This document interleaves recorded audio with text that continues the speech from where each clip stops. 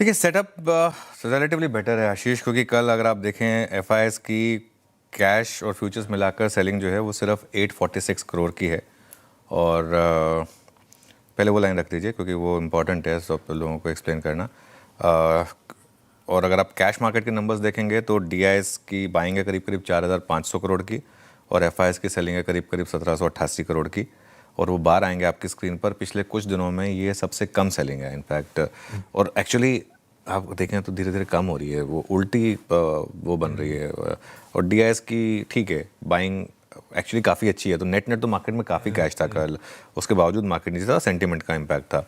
Index futures में actually देखें तो आप सेल नंबर दिखाई देगा, लेकिन स्टॉक फ्यूचर्स में बाइंग है। इंडेक्स फ्यूचर्स में 569 करोड़ की सेलिंग है, स्टॉक फ्यूचर्स में 1500 करोड़ की बाइंग है।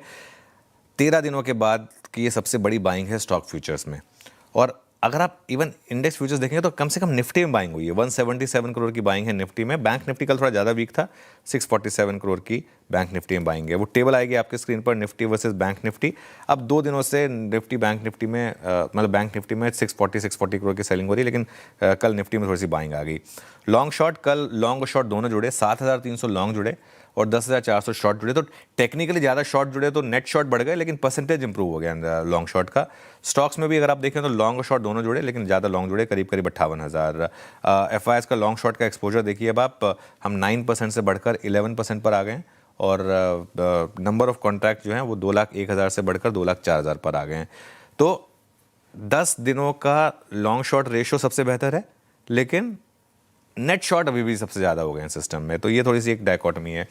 इंडिया विक्स, इस पर खास तौर से नज़र रखें, कल 8.25% ऊपर था 13.78 पर। 23 जून के बाद पिछले साल का सबसे बड़ा India VIX. Put call ratio 0.78 पर, कुछ बहुत ज़्यादा चेंज नहीं हुआ वहाँ पर। बैन में आज एक अपडेट है, 2 अपडेट है इनफैक्ट।